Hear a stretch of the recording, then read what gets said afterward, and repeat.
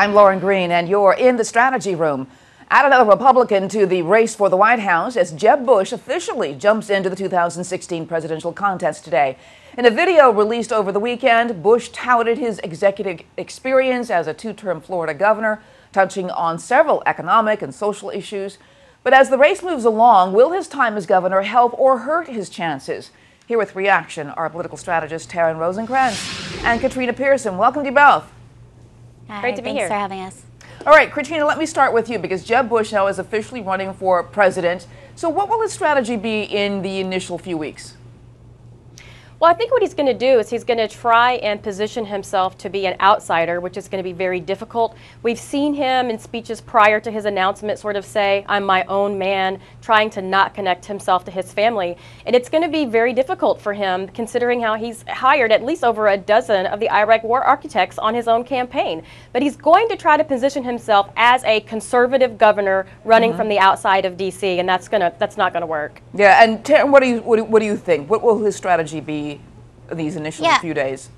Absolutely. I mean, I think he sees one of the biggest pros of his campaign is that he's from a state like Florida. And so he's going to tout it every chance he gets because, you know, as I agree with, you know, my colleague here is that, you know, absolutely it's not going to be a good idea to try to have his name associated with the Bush name when everybody's sort of seeing that as this dynasty, this dead weight against him. And he's going to have to really, you know, prove that he is different. And this is going to be one of the only ways is, hey, look at me. I'm from Florida, a big state, battleground state. I did a great job there. You know, it's really one of the biggest pros, I think, for him. I mean, I think that's why you see this logo right now without the last name on it. Yeah. You know, let's take a look at the Real Clear Politics poll right now. It shows that Jeb Bush is ahead of Scott Walker. Other polls show he's running kind of neck and neck for the GOP nomination. Well, how can he stand out from the pack, Taryn?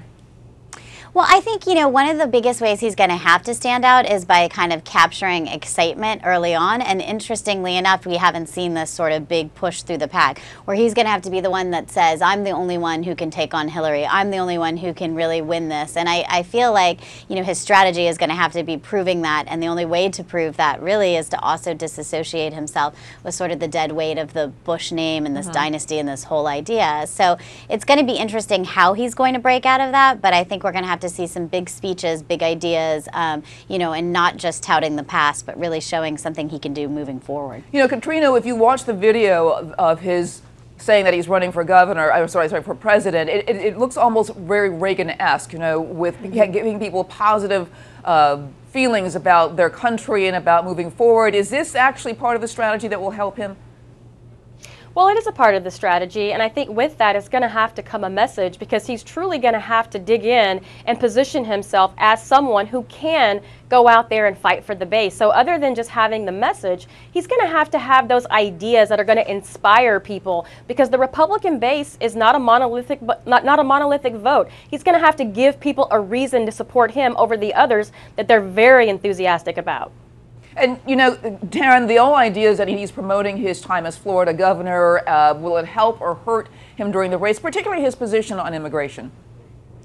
Well, I think it's interesting in the GOP primary, that's going to probably hurt him, his more moderate views on immigrations. But in the general election, it's something he really needs to be very clear on if he's going to be able to win. It's got to win over independents and sort of the general election population voting base. So he's going to have a struggle here. He's got to make it through the primary in one tact and still be able to win the general. And I think that's a real struggle for him as the GOP party has really just become more and more polarized within the party. So it'll be interesting to see how he will be able to win over those more moderate and conservative voters and still convince them that on issues like immigration, he's tolerable to them. Great. I want to thank you so much, Taryn and Katrina.